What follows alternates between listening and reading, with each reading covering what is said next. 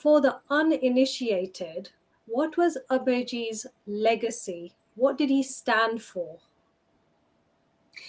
So the Abeji or Abe-san in Japanese is Abe-san, and in India definitely Abeji. So Abe-san was definitely a visionary leader, a Japanese leader who was born to lead like the longest period of time. He was the prime minister, and definitely he resigned because of his health. And as you know, the Japanese system, I think it is very much unexpected for other countries that one prime minister is resigning, or before also he did. And many other prime minister also did. So this is Japanese system that if you feel you are not giving your 100% or you cannot work well and doing justice to your post, so they do resign. So this is also Japanese culture. So though he definitely, he resigned, but he served Japan so efficiently. He was not the prime minister, but he was definitely he's everything, the policy making, everything. The current prime minister, the cabinet, they used to talk to him. He was the driving force because the vision actually. The Japan, he said, we need, especially when it comes to India Japan relation, he said, we need strong India and we need strong Japan, both to have, especially to have the peace. Especially in Asia and in the world, so that vision he had since the very beginning, and he made sure that India Japan relation is becoming the strongest and the bond is becoming more stronger than ever. So as you know, the Quad was his brainchild. Definitely he started Quad, and Quad was taking very slow step, but as you saw that Quad, this recent in May, the four countries came together in Tokyo. They had a meeting. They took a lot of important decision about the world. So everything, in everything, every decision what Japan was taking, he was there. Definitely, the people, the cabinet used to talk to him because his experience as a prime minister, his experience as a leader, his experience as a visionary, it's just too what should I say, it's just too great for the world and for Japan, definitely. So his legacy is something we nobody can replace, nobody can replace him. It will stay, and we will miss him. The Japan is, I think, there are definitely many great leaders in Japan, but still I feel the void he is already created. uh, it will take time. It will take time to people to feel without him how they can really think about other things, like which he was the kind of backbone. He used to be like support for everyone. How without him they will proceed? Definitely that is a challenge. I personally feel it is for the current cabinet, and for the they're going to have the election also in Japan, and he was campaigning for that. So I feel it is going to be a challenge for the current leaders in Japan. So he is not replaceable at all. Is there anything else you'd like to explain about his key milestones and achievements over his political career? So since I'm an Indian, you are definitely, this is about Indian media mostly. So I would like to emphasize on India-Japan relation.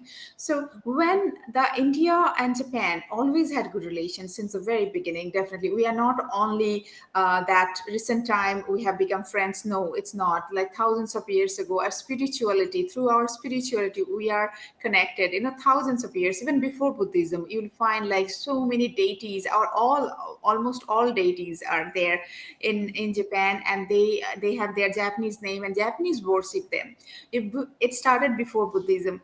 So our connection is not today's connection, thousands of years ago. But the connection, though we had the connection, though we had the spiritual connection, but the connect between people to people connect, these were not there. So close but so far we were. Actually, India, Japan, we were so close spiritually, but when it comes to the business, when it comes to the people to people connect, those were really very far. So here, even after independence also, there are many prime minister, they came to Japan, Japanese prime minister, our prime minister also went to India. But the revolution started when the Mr. Modi and Mr. Abe, they became friends. Even as you can see that Modi-san also, Mr. Modi also wrote heartfelt, condolences. Such a great article it is. And I think we all lost, but he also lost a great friend, personal friendship he had. So, and the India-Japan relation flourished because of Mr. Abe, because Mr. Abe was a visionary leader. He thought we have to make India stronger than ever. Because if India is not strong, then the China can do anything here in this region. So that was his vision, to empower India more, and on that job, definitely Modi-san and Abe-san became the great friends. And the Mr. Modi's visit several times in Japan. Mr. Abe came to India, and as you know, he did the Ganga Arti and many other things actually, which other leaders really didn't know and did not do before.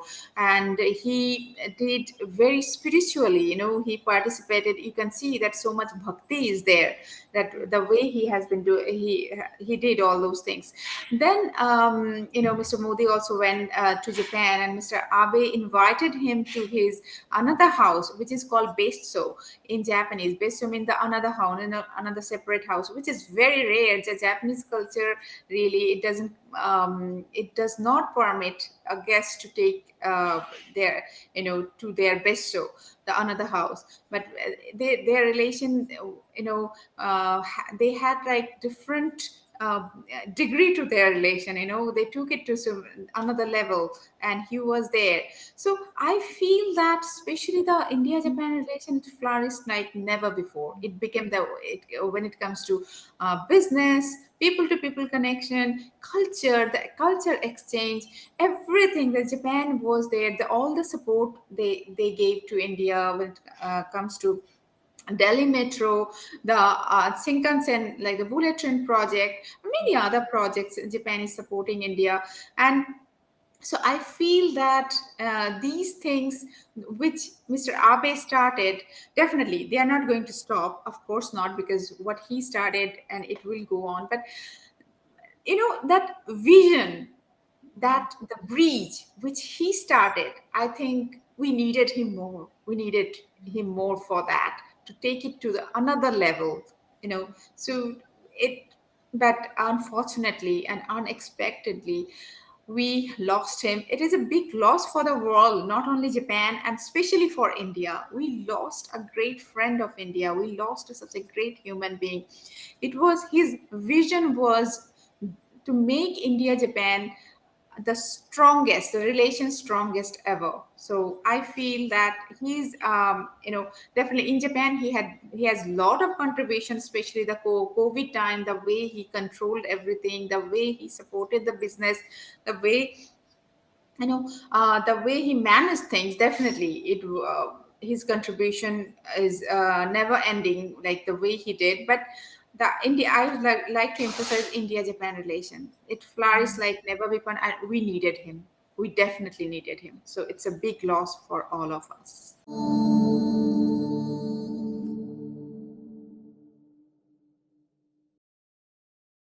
Please remember to subscribe to us and switch on the notifications for this channel. For our other social media links, more content, and to support our work, please visit citti.net. धन्यवाद, नमस्कार.